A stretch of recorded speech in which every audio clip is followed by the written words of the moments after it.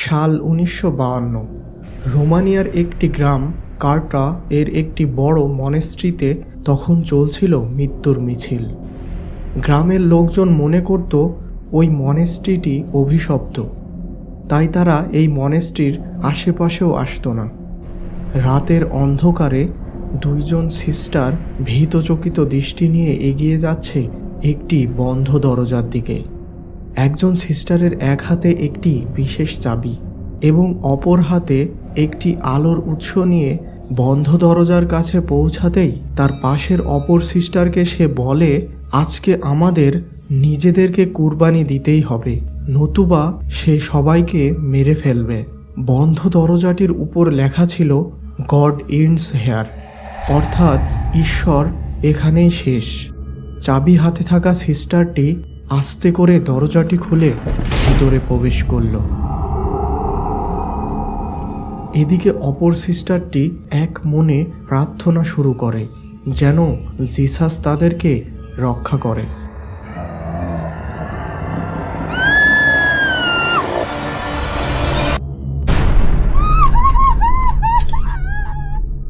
তুমি জানো তোমাকে কি করতে হবে।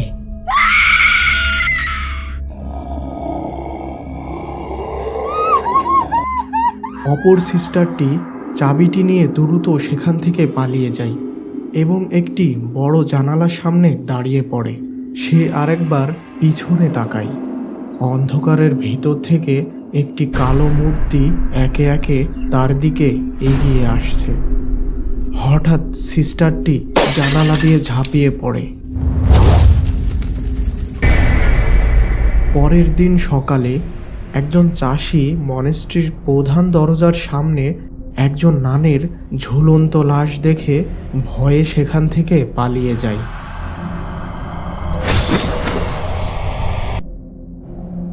এদিকে ভ্যাটিকান সিটির প্রধান ধর্মযাজক বিশপ খুবই চিন্তিত সেন্ট কার্টা মনেস্ট্রির একজন নানের আত্মহত্যার ঘটনা নিয়ে।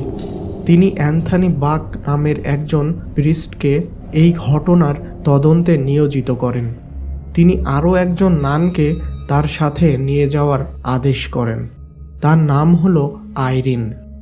সিস্টার আইরিনের বিশেষ কিছু ক্ষমতা ছিল, যার মধ্যে প্রধান হলো তার ইন্দ্রিয়গুলি ছিল খুবই সক্রিয়, যাতে করে সে তার আশেপাশে ঘটা নানা প্রকার অশুভ ঘটনার আভাস পেত এবং ভবিষ্যতে ঘটা কিছু ঘটনা সে আগে থেকেই জানতে পারত।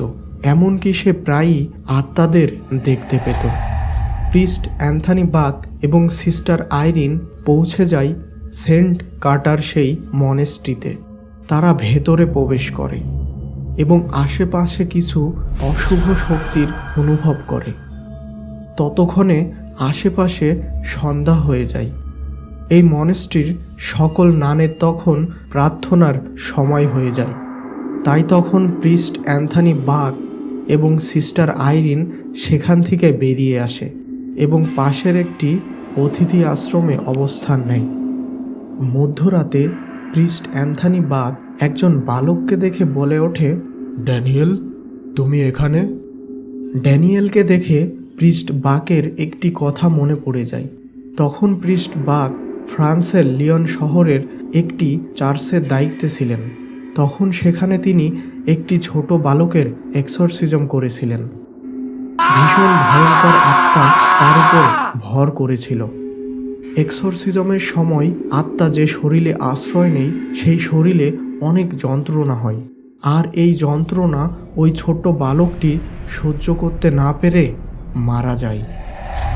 আর এত বছর পরে সেই বালকটি তার সামনে দাঁড়িয়ে আছে। হঠাৎ বালকটি তখন সেখান থেকে পালিয়ে যায়। প্রিস্ট বাক তখন তার পিছু নেই। বালকটিকে একটি কবরের সামনে আবিষ্কার করে প্রিস্ট বাক। বালকটির কাছে যেতেই হঠাৎ তার মুখ থেকে একটি সাপ বেরিয়ে এসে প্রিস্ট বাককে আক্রমণ করতে যায়। ঠিক তখনই প্রিস্ট বাক একটি কফিনের মধ্যে পড়ে যায় এবং কফিনের মুখটি আটকে যায়।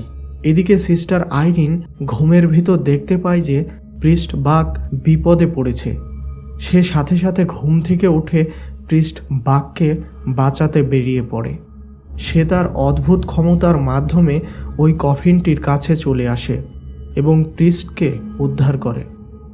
কফিনটির ভিতর তাকাতেই তারা একটি কঙ্কালকে দেখতে পায় এবং সেখানে অনেক পুরনো কিছু বই পড়ে থাকতে দেখা যায়। সমস্ত বই নিয়ে তারা আবার অতিথি আশ্রমে ফেরত আসে। ওই রাতে তাদের সাথে আর তেমন কিছু ঘটে না। পরের দিন সকালে আবার প্রিস্ট অ্যান্থনি বাক এবং সিস্টার আইরিন মনেস্ট্রির ভিতরে প্রবেশ করে। সিস্টার আইরিন চলে গেল নানদের থাকার স্থানে। মনেস্ট্রির প্রধান হলে আগের রাতের কফিনের ভিতর পাওয়া বইগুলো বের করে পড়া শুরু করে প্রিস্ট অ্যান্থনি বাক। এদিকে আইরিনের সাথে দেখা হয় একটি সিস্টারের। সে তাকে একটি ঘরের ভিতর নিয়ে আসে। এই নানটির নাম হলো সিস্টার ওয়ানা। সিস্টার আইরিন নানটির কাছে এই মনেস্ট্রির অভিশপ্ত ঘটনার ব্যাপারে জানতে চায়। তখন সিস্টার ওয়ানা তাকে একটি ঘটনা বলে। অনেক বছর আগে এই মনেস্ট্রিটি ছিল একটি রাজমহল। তখনকার কোনো এক কার্টা এর রাজা এই মহলটি তৈরি করেছিল। সে ছিল শয়তানের উপাসক। সে এই মহলের ভেতর মানুষ মেরে শয়তানের আরাধনা করত। একদিন এখানে নরকের সাথে একটি রাস্তা খুলে যায় এবং সেখান থেকে একটি ভয়ঙ্কর কালো শক্তির আত্মা চলে আসতেছিল। ঠিক তখনই চার্চের সৈন্যরা এসে ওই রাজাকে হত্যা করে এবং জিসাস ক্রাইস্টের রক্ত দিয়ে ওই আত্মাটিকে ওইখানেই আটকিয়ে দিয়ে রাস্তাটি বন্ধ করে দেওয়া হয়। কিন্তু বিশ্বযুদ্ধের গোলার তাণ্ডবে এই মনেস্ট্রিটি কেঁপে ওঠে এবং বিভিন্ন জায়গা ভেঙে যায়। আর সেই সাথে ওই রাস্তাটিও আবার খুলে যায় এবং আত্মাটি মুক্তি পেয়ে যায়। এদিকে প্রিস্ট অ্যান্থনি বাক বইগুলো পড়ে জানতে পারে যে ওই কালো শক্তির আত্মাটি হলো ভ্যালিক। হিংস্র সাপের শক্তি সমৃদ্ধ সে যে কারো রূপ ধারণ করতে পারে এবং মানুষের ক্ষতি করে। গত রাতে সে ভ্যালিককে দেখেছিল ড্যানিয়েলের ছদ্মবেশে। সে বুঝতে পারে যে আসলে এই মনেস্ট্রিতে কেউই বেঁচে নেই, সবাইকে ভ্যালিক মেরে ফেলেছে। তখন সে আইরিনকে খোঁজাখুঁজি শুরু করে এবং একটি ঘরের ভিতর আইরিনকে পেয়ে যায় এবং তাকে নিয়ে আসে প্রধান হলের সামনে। সেখানে তারা একটি নানকে পড়ে থাকতে দেখে বেশ ঘাবড়ে যায়। আইরিন নানটির কাছে যেয়েই চমকিয়ে ওঠে। এটি সিস্টার ওয়ানা এবং সে মৃত। তখন আইরিন বুঝতে পারে এত সময় সে যার সাথে কথা বলছিল সে আসলে একটি আত্মা ছিল।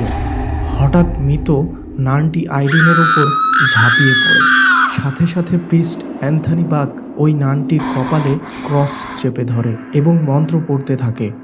দপ করে নানটির গায়ে আগুন লেগে যায় এবং সে সেখানেই অদৃশ্য হয়ে যায়। সিস্টার আইরিন তার ইন্দ্রিয়ের শক্তিতে ওই চাবিটি খুঁজে পায়, যার মাধ্যমে জিসাস ক্রাইস্টের রক্ত রাখা সিন্দুকটি খোলা সম্ভব হবে। তারা দুইজনই একটি গোপন ঘরে প্রবেশ করে এবং সেই সিন্দুকটি খুঁজে পায়। সিস্টার আইরিন সিন্দুকটি খোলার চেষ্টা করে। ঠিক তখনই সেখানে ভ্যালিক এসে পৌঁছায়।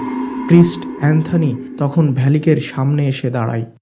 ভ্যালিকের এক ধাক্কায় পিছনের দেওয়ালে আশ্রে পড়ে প্রিস্ট অ্যান্থনি বাক। সিস্টার আইরিনের গলা চেপে ধরে শূন্যে তুলে ধরে ভ্যালিক। ঠিক তখনই সিস্টার আইরিনের হাতে থাকা জিসাস ক্রাইস্টের রক্ত ঢেলে দেয় ভ্যালিকের উপর। সাথে সাথে ভ্যালিকের শরীরে আগুন লেগে যায় এবং সে এই পৃথিবী থেকে চিরনির্বাসিত হয়। আর সেই সাথে পবিত্র হয় সেন্ট কার্টায়ের মনেস্ট্রিটি। প্রতি সপ্তাহে নতুন নতুন সব সত্য ও কাল্পনিক ভূতের গল্প শুনতে এখনই সাবস্ক্রাইব করুন বাংলা ভূতের গল্প চ্যানেলটিকে এবং পাশের বেল বাটনটি প্রেস করে অল বাটনে প্রেস করুন, যাতে করে নতুন ঘটনা আসা মাত্রই আপনি তা দেখতে পান।